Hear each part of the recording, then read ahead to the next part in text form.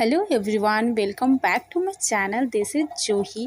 सो लंबे घने और शाइनी बाल हम गर्ल्स एंड वुमेन की पहली पसंद होती है, बट बीच में हमें ना चाहते हुए भी सामना करना पड़ जाता है, जैसे कि hair fall, hair loss, dandruff, frizzy hair, बालों में स्प्लिट एंड्स एंड बाल इतने ज़्यादा टूटने लग जाते हैं कि हमारी मांग चौड़ी हो जाती है। तो आप भी इन सारी प्रॉब्लम को फेस कर रही हैं तो आज की ये वीडियो आप सबके लिए बहुत ही ज़्यादा फ़ायदेमंद होने वाली है, क्योंकि इस वीडियो में ना तो मैं आपके लिए कोई हेयर मास्क लेकर आई हूँ और ना ही DIY। इन सारी प्रॉब्लम को हम जड़ से ख़त्म कर सकते हैं बस एक रामबाण चीज़ से, और वो है सही समय पर सही तरीके से बालों में तेल लगाकर, यानी कि हेयर ऑयलिंग प्रॉपर तरीके से। सो आज की इस वीडियो में मैं अपना personal hair oiling routine share करने वाली हूँ। आई नो हम सारे बचपन से ही बालों में ऑयलिंग करते हैं, बट जाने अनजाने में हम उन गलतियों को करते जाते हैं जो हेयर ऑयलिंग करने के बाद हमारे बहुत सारे बाल टूटने लग जाते हैं। तो आज की इस वीडियो में आपको मैं उन छोटी छोटी बातों को बताने वाली हूँ, जिसे अगर आप ध्यान में रखकर बालों में ऑयलिंग करोगे तो आपके भी बाल हेयर ऑयलिंग करने के बाद बिल्कुल ना के बराबर टूटते हैं।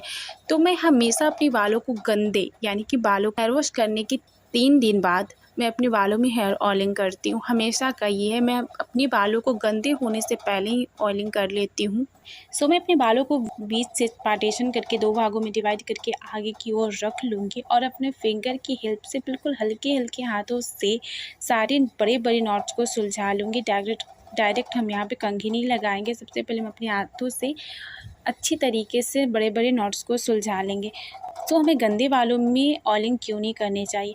जो डर्ट हमारे स्कैल्प में होते हैं वो ऑयल को रूट तक जाने ही नहीं देते हैं, इसलिए बालों को गंदे होने से पहले ही ऑयलिंग कर ले। जो ऑयल में हमारे गुण होते हैं वो हमारे रूट तक जा ही नहीं पाते हैं, तो उसके फ़ायदे क्या ही होने वाले हैं।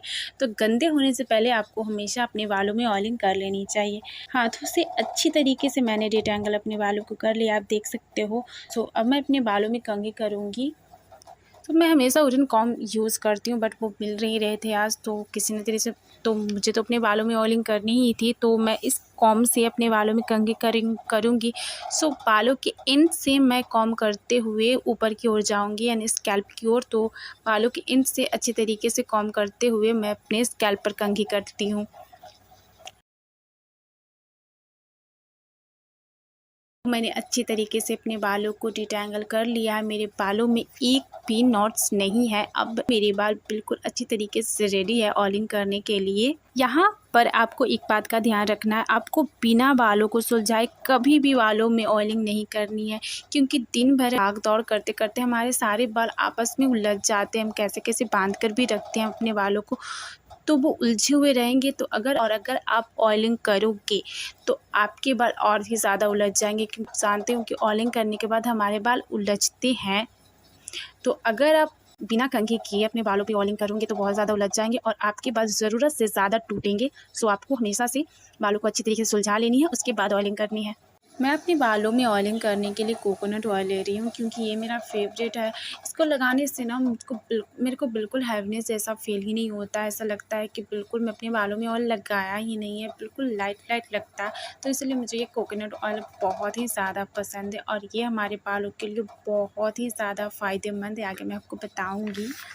आपको हमेशा ऑयलिंग करने से पहले ऑयल को हल्का गर्म कर लेना चाहिए। हल्का ही गर्म, इतना कि आपकी उंगली को उसकी हॉटनेस महसूस हो, ये नहीं कि ज़्यादा गर्म कर लो। तो मैंने अपने बालों में कॉम्बिंग भी कर ली, ऑयल को गर्म भी कर लिया। तो अब बात ये बालों में ऑयल अप्लाई करने के लिए, तो मैं अपने हाथों के फिंगर का यूज़ करूँगी, टिप फिंगर से। तो सबसे पहले मैं अपने हेयर लाइन्स में अच्छी तरीके से जेंटली हल्के हल्के हाथों से मसाज करते हुए ऑयल अप्लाई कर लूँगी। उसके बाद पूरे स्कैल्प पे जेंटली मसाज करते हुए ऑयल का अप्लाई कर लूँगी। तो यहाँ पर कुछ लोग होते हैं कि बहुत सारे ऑयल को बालों पर थोप लेते हैं। उनको लगता है कि बहुत सारे ऑयल लगा लेने से हमारे बाल बहुत ज़्यादा अच्छे हो जाते हैं। तो ऐसा बिल्कुल भी नहीं है, इसका बिल्कुल अपोजिट होता है, क्योंकि ज़्यादा तेल ज़्यादा शैम्पू मांगता है और ज़्यादा शैम्पू हमारे बालों को बहुत ही ज़्यादा हार्म करते हैं। जो हमारे स्कैल्प पे नेचुरल ऑयल होता है वो छिन जाता है।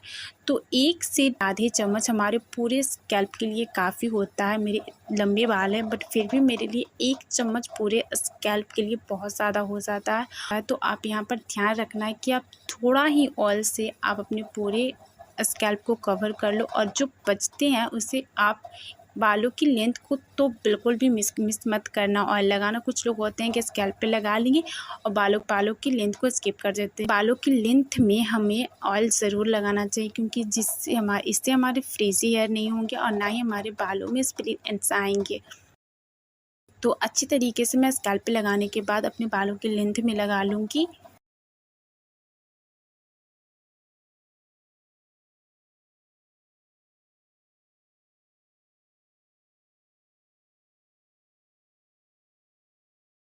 सो मैंने पूरे बालों में अच्छी तरीके से ऑयल को अप्लाई कर लिया है। अब मैं पूरे रिलैक्स होकर 5 मिनट तक अच्छी तरीके से हल्के हाथों से पूरे स्कैल्प का मसाज करूँगी।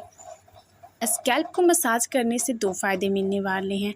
पहला ये, हमारे स्कैल्प के ब्लड सर्कुलेशन बढ़ता है जिससे हमारे बालों की ग्रोथ तेज़ी से होती है। एंड सेकेंड, आजकल के बिजी लाइफ में हर इंसान डिप्रेस्ड एंड थकान भरा होता है। बालों में चम्पी करने से आधी टेंशन एवं ख़त्म हो जाने वाली है। तो आपको अपने बालों में अच्छी तरीके से चम्पी करनी है 5 मिनट तक रिलैक्स होकर। चम्पी करने के बाद मैं अपने बालों में अब कॉम्ब नहीं करूँगी। ये नहीं कि आप तेल लगाओ उसके बाद डायरेक्ट कंघी करने लग जाओ। ये गलती भूल कर भी मत करना क्योंकि 2 बात, हेयर वॉश करने के बाद और हेयर ऑयलिंग करने के बाद हमारे रूट्स काफ़ी ज़्यादा वीक हो जाते हैं। उस पर एक झटका भी पड़ेगा तो हमारे बाल जो होते हैं वो रूट से निकल जाएंगे। तो इसलिए आपको यहाँ पर 1 घंटे के लिए ऐसे बालों को खुला छोड़ देना है और नहीं तो अपने बालों में हल्की सी ढीली से क्लचर लगाकर इसको 1 घंटे के लिए छोड़ देना। 1 घंटे बाद आप इसमें कॉम्ब कर सकते हैं। तो 1 घंटे रखने के बाद मैं अपने बालों में कॉम्ब करूँगी और इसकी ढीली चोटी बना लूँगी। यहाँ पे बात आती है कि आप ऑयल को बालों में कितनी देर तक रख सकते हो। मिनिमम आप अपने बालों में ऑयल को 2 से 3 घंटे रख सकते हो अगर आपके पास टाइम नहीं है तो। बट अगर आप रिलैक्स होकर अपने बालों में ऑयल लगाए हो, टाइम है आपके पास, तो आप इसको 3 से 4 घंटे और नहीं तो ज़्यादा फ़ायदे के लिए आप इसे ओवरनाइट के लिए भी छोड़ सकते हो। बट यहाँ पर ध्यान देना है कि आपको अपनी पिल्लो एंड बेडशीट को अच्छी तरीके से साफ़ कर लेना है क्योंकि अगर पिल्लो और बेडशीट गंदे रहेंगे तो उसमें से जो डर्ट होगा वो हमारे स्कैल्प में जाकर चिपक जाएगा। तो अच्छी तरीके से क्लीन होने चाहिए आपके बेड और पिल्लो। आप इसे ओवरनाइट के लिए छोड़ दो और नेक्स्ट डे अब शैम्पू कर लो। शैम्पू करने के बाद आपके बाल बिल्कुल ना के बराबर टूटेंगे। तो ये थी मेरी आज की hair oiling routine. I hope आपको अच्छी लगी होगी। अगर अच्छी लगी तो प्लीज़ मेरे वीडियो को लाइक करना और जाते जाते मेरे चैनल को सब्सक्राइब ज़रूर करना। So thank you so much, bye bye.